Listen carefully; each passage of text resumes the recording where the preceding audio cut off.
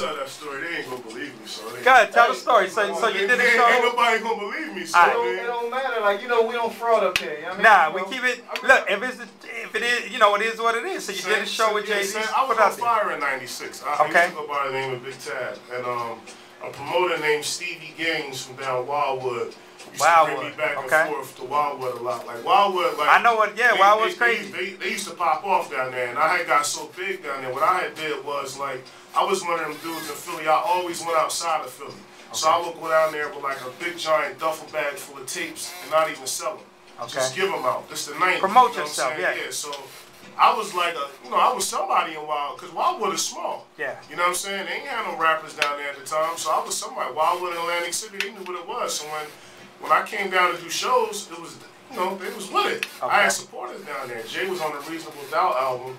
I mean, you know, if dudes hate on this and say that I'm lying, you know, it's all good. Like, it is what it is. Put it out there. But I opened for Jay and I hosted the show. Okay.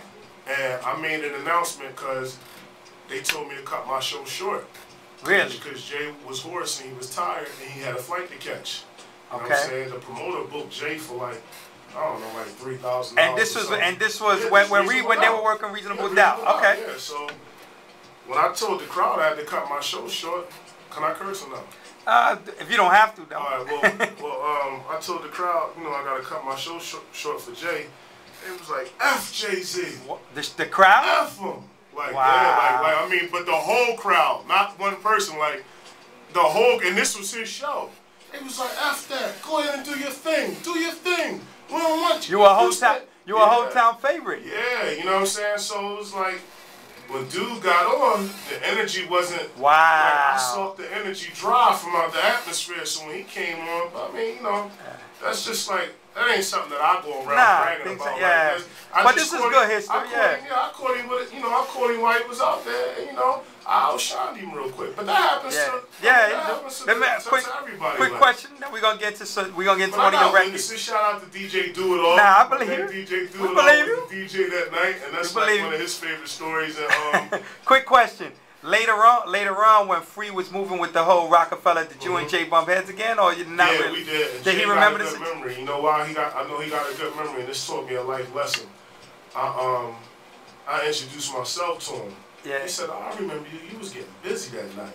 But see, the thing was, I ain't realized, I was feeling myself. Like, it was, we had the paper, we was this close to getting a distribution deal, you know what I'm saying? So I was arrogant. I didn't even speak to Jay in the VIP room. I sat right next to him, like, you know what I'm saying? I didn't speak to him. So what was the life lesson you learned? The life lesson was you just don't, not to say that I would have needed him. Everything happened for a reason, but that situation humbled me because I feel like, you know what I'm saying, I should never act like that no matter what I think is about to happen to me. You know what I'm saying? Dude had me staying in the beach house down there. I got paid to come down. I ain't had no record deal. I got paid just like JAYZ got paid to come down there. You know what I'm saying? And I was feeling myself. I was when I went back to Philly, I opened for KRS. Shout out to It was me, Ram Squad, KRS-One. Like the next day, this was Labor Day weekend. Wow. So that was Sunday, so I rode right back to Philly, pocket full of money. You know what I'm saying? Monday night for Bobby Dance, bang, open for KRS. Like, and it was like my best show. Period. And I was like really feeling myself when I saw Jay later on down the line, and I introduced myself. You know what he told me? What? He said, I remember you was getting busy that night. Call the office. Wow. Like I tried to give him a CD. Yeah. He was like, call the office. This is not the appropriate time for that.